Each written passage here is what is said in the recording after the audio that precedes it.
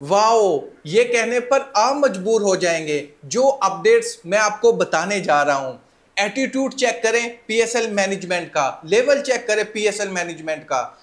Pakistan super league की management ने Corbin Bush पर पाबंदी तो लगाई लगाई है, लेकिन जुर्माना भी आयद कर दिया है। और मजे की बात यह है, कॉर्बिन बुश ने माफी भी मांग ली है पाकिस्तान क्रिकेट बोर्ड से, और जुर्माना है जो वो भी एक्सेप्ट कर लिया है। घुटनों पर ले आए हैं कॉर्बिन बुश को।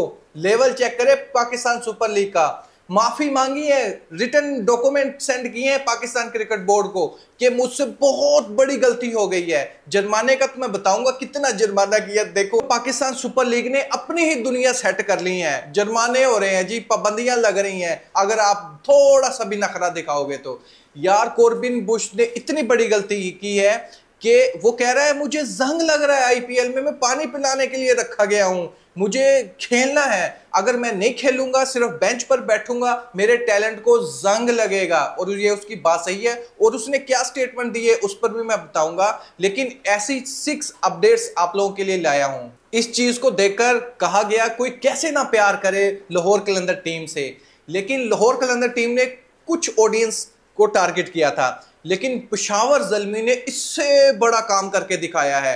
करोड़ों नहीं, अरबों रुपए की डील ठुकराई है पेशावर ज़ल्मी के ओनर ने। जितने भी पाकिस्तानी अवाम है ना, वो सारी की सारी पेशावर ज़ल्मी के साथ खड़ी हो गई है। यकीन करो, मेरा भी पर्सनली दिल खुश कर दिया है। क्या ऐसा स्टेप लिया पेशावर ज़ल्मी के ओनर ने कि आप भी प्राउड फील करोगे कि ऐसा स्टेप ले सकता है पेशावर ज़ल्मी का ओनर। उसने कुछ मुनफरिद करके दिखाया है, अपनी टीम को हाइप देने के लिए, पीएसएल को हाइप देने के लिए, और पाकिस्तानी अवाम को इकट्ठा करने के लिए, तमाम मुसलमानों को इकट्ठा करने के लिए उसने एक ऐसा स्टेप लिया है।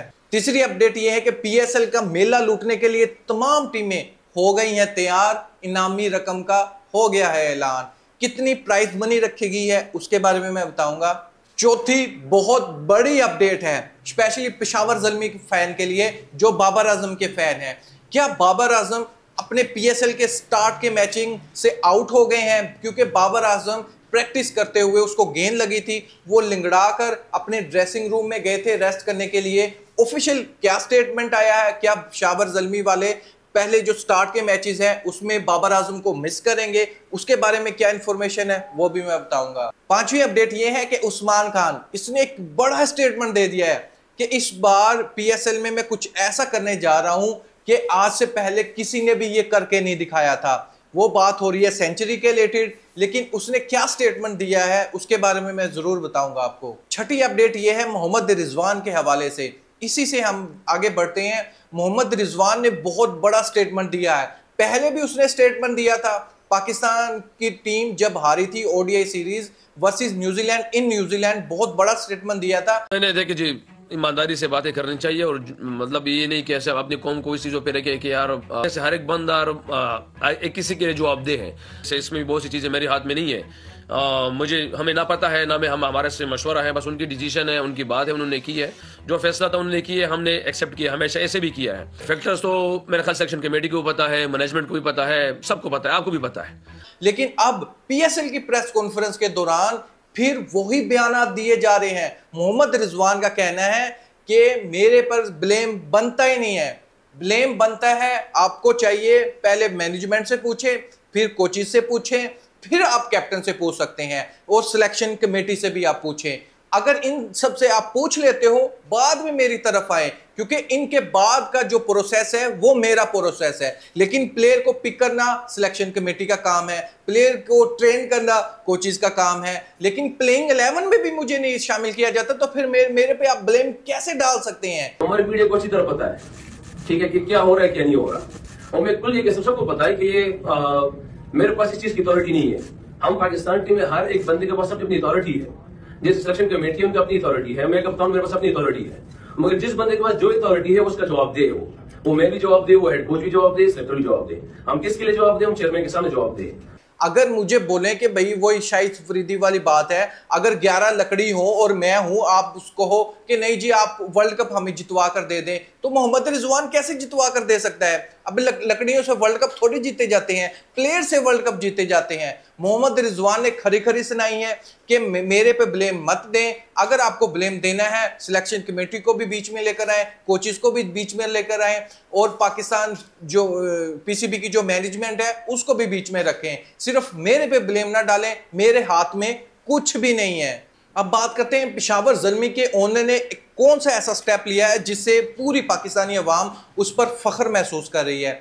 वो ये बात है दोस्तों, आपको पता है हर एक दूसरा बंदा ये कह रहा है इस टाइम पर कि पीएसएल का बॉयकॉट किया जाए, पीएसएल ना देखी जाए, बायकॉट किया जाए इसका, ठीक है। लेकिन पेशावर ज़ल्मी के ओनर इन सब के बीच से निकलते हैं, एक ऐसी ऑफर को लात मारते हैं और उन्हीं अवाम का सरबराह बनते हैं, हेड बनते हैं। क्योंकि आप जानते हैं पाकिस्तानी अवाम ये चाह रही है कि पेप्सी के लोगों को रिमूव किया जाए, केएफसी के लोगों को रिमूव किया जाए, इससे कोई भी ताल्लुक ना रखा जाए, इससे पार्टनरशिप खत्म की जाए, कोई भी कॉन्ट्रैक्ट है इसको खत्म होना चाहिए ताकि हम पीएसएल को एंजॉय कर सकें, देख सकें।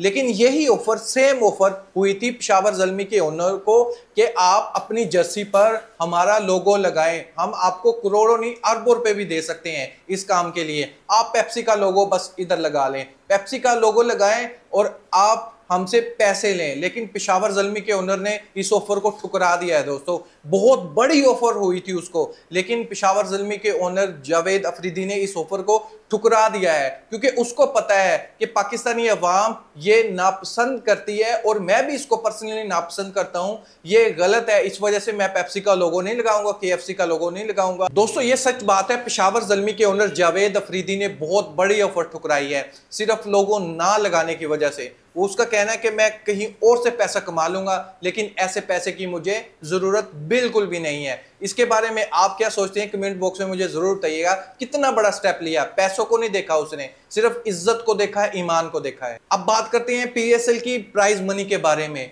पाकिस्तान सुपर लीग की मैनेजमेंट ने जो विनर टीम होगी उसके लिए रखे हैं $5 लाख। हंसना मत, $5 लाख कम प्राइस नहीं है। अगर पाकिस्तानी रुपीस में इसको कन्वर्ट करोगे तो पाकिस्तानी रुपीस में अगर इसको कन्वर्ट करते हो ये 14 करोड़ से ऊपर बनते हैं। वही रनर अप टीम के लिए पाकिस्तान सुपर लीग ने रखे हैं पैसे $2 लाख। ये तकरीबन आप समझ सकते हो ये बन जाते हैं तकरीबन 5 लाख से ऊपर, इतनी ज़्यादा प्राइस नहीं बनती। लेकिन जो जीतेगी उसको 14 करोड़ से ऊपर दिए जाएंगे यानी $5 लाख, और जो टीम हारेगी, रनर अप रहेगी फाइनल में, उसको दिए जाएंगे $2 लाख, जो आई थिंक 5-6 के अराउंड ही बन सकते हैं पाकिस्तानी प्राइस में अगर इसको कन्वर्ट करोगे तो। दी लेजेंड उस्मान खान का मानना है पीएसएल में मैं इस बार पहले 1 सेंचुरी लगाता था एक मैच के दौरान, अब ओवरऑल देखोगे तो ये एक पीएसएल सीजन में 2-3 सेंचुरी ये लगाकर चला जाता है, यानी पीएसएल में ये शेर बना होता है। लेकिन जैसे इंटरनेशनल आता है मैच वहां पर ये ऐसे बैठ जाता है, बिगी बिल्ली बन जाता है। लेकिन अब इसने बहुत बड़ा स्टेटमेंट दे दिया है, इसका कहना है कि मैं इस बार 1 सेंचुरी वाला प्लेयर नहीं हूं, मैं 2 सेंचुरी ठोकने वाला हूं, यानी एक ही मैच में मैं अपने बल्ले से डबल सेंचुरी लगाने वाला हूं। मैं पूरी टीम की बात नहीं कर रहा, मैं सिर्फ उस्मान खान की बात कर रहा हूं कि इसका मानना यह है मैं इस बार पीएसएल में डबल सेंचुरी लगाऊंगा इंशाल्लाह। मैं भी ये इंतजार कर रहा हूं उस्मान खान आए, पीएसएल का ये सीजन खेले। अल्हम्दुलिल्लाह पहले तो ये कंफर्म कर लें कि मुल्तान सुल्तान वाले प्रॉपर चांस देंगे या नहीं देंगे उस्मान खान को। लास्ट ईयर भी इसको 3 से 4 मैचेस मिले थे, उससे पहले भी इसको 3 से 4 मैचेस मिले थे, लेकिन इस बार अगर इसको पूरा चांस मिलता है तो ये डबल सेंचुरी लगा सकते हैं मुल्तान सुल्तान की तरफ से। ये इसका मानना है, ये मैं नहीं कह रहा हूं। इसके बारे में आप क्या सोचते हैं वो भी मुझे जरूर बताइएगा। अब बात करते हैं बाबर आजम पर। दोस्तों क्या बाबर आजम स्टार्ट के मैचेस नहीं खेले? क्योंकि कप्तानी कौन करेगा अगर स्टार्ट के मैचेस बाबर आजम नहीं खेल रहे थे, क्योंकि कप्तान वाइस कप्तान बाबर आजम को ही बनाया गया पेशावर ज़ल्मी की तरफ से। लेकिन प्रैक्टिस के दौरान बाबर आजम के पांव पर गेंद लगी थी, जिसकी वजह से इसको बहुत ज़्यादा पेन हुआ था। ये लंगड़ा कर ड्रेसिंग रूम में गया था। उसके बाद अभी ऑफिशियली न्यूज़ तक जाए ना, ऑफिशियली न्यूज़ तो कंफर्म नहीं है, लेकिन पेशावर ज़ल्मी से इसके रिलेटेड पूछा गया था कि पेशावर ज़ल्मी वाले क्या कहते हैं। पेशावर ज़ल्मी ने भी खुलकर नहीं बोले, क्योंकि ब्रांड है बाबर आजम, एक हाइप भी तो बनाकर रखनी है कि बाबर आजम अभी खेलेंगे। लेकिन अभी तक यही इतला आ रही है कि बाबर आजम को कोई सीरियस इंजरी नहीं है। बाबर आजम अल्हम्दुलिल्लाह फिट हैं, लेकिन हो सकता है कि स्टार्ट के मैचेस में रेस्ट कर लें, अदरवाइज इंजरी नहीं है। बाबर आजम आपको खेलते हुए नजर आएंगे इंशाल्लाह, क्योंकि बाबर आजम का ऑफिशियल बाबर आजम के हवाले से ऑफिशियल स्टेटमेंट नहीं आया, ना पीएसएल की मैनेजमेंट की तरफ से, ना पेशावर ज़ल्मी के मैनेजमेंट की तरफ से, लेकिन ज़राए के मुताबिक यही कहा जा रहा है कि इंजरी सीरियस इंजरी नहीं है। इंशाल्लाह बाबर आजम आपको एक्शन में नजर आएंगे। बहुत से लोग कह रहे थे कि ये एक अच्छी न्यूज़ है, पेशावर ज़ल्मी के फेवर में है, ये रिलीफ मिला पेशावर ज़ल्मी को, लेकिन नहीं, ये उनका सबसे बड़ा प्लेयर है। अगर देखोगे तो ये सबसे बड़ा प्लेयर है। जावेद अफरीदी बेवकूफ़ नहीं है, बहुत बड़े बिजनेसमैन है, वो घाटे का सौदा नहीं कर सकते। बाबर आजम को कप्तान उन्होंने बना दिया है, कुछ सोच समझ के बनाया है। बाबर आजम आपको एक्शन में नजर आएंगे। हो सकता है वो स्टार्ट के जो इनका मैच है, आज तो इन पहला मैच है लाहौर कलंदर वर्सेस इसके इस्लामाबाद यूनाइटेड के दरमियान, लेकिन उसके बाद पेशावर ज़ल्मी का नेक्स्ट डे मैच है। हो सकता है बाबर आजम रेस्ट कर ले, लेकिन सीरियस इंजरी नहीं है, अल्हम्दुलिल्लाह बाबर आजम ठीक है। अब बात करते हैं कॉर्बिन बुश के बारे में। पाकिस्तान सुपर लीग ने कितना जुर्माना किया आखिर इस प्लेयर को? बैन तो लगाया है 1 साल का। फॉर एग्जाम्पल 1 साल तो ये खेल नहीं रहे, 1 साल नेक्स्ट ईयर जो होगा उसके लिए बैन लगाया, यानी 2 साल का पाकिस्तान सुपर लीग की मैनेजमेंट ने बैन लगा दिया है, 2 साल का। और 2 साल का बैन लगाने के बाद जुर्माना भी लगा दिया और उसने एक्सेप्ट भी कर लिया है। 2 साल के बैन का तो आपको पता था, लेकिन जो जुर्माने की बात करें तो जुर्माने के जो एग्जैक्ट प्राइस है वो पाकिस्तान सुपर लीग ने शो नहीं करवाई। ये पर्सनल रखा गया है कि ये उस प्लेयर को ही पता है कितना जुर्माना लगाया गया है, लेकिन हाँ जुर्माना जरूर लगाया गया है। ये कंफर्म न्यूज है कि वो जुर्माना पे भी करेगा अगर वो चाहता है मैं पीएसएल आकर खेलूं तो, क्योंकि टैलेंट की कदर करता है पीएसएल, लेकिन टैलेंट की नहीं कदर हो रही तो आईपीएल में नहीं हो रही, क्योंकि उधर टैलेंट बहुत ज्यादा ऑलरेडी मौजूद है। तो कॉर्बिन बुश को ये रियलाइज हो गया कि उससे बहुत बड़ी गलती हो गई है। उसने माजरत भी कर ली पाकिस्तान क्रिकेट बोर्ड से, पीएसएल की मैनेजमेंट से, पेशावर ज़ल्मी के ओनर से पर्सनली।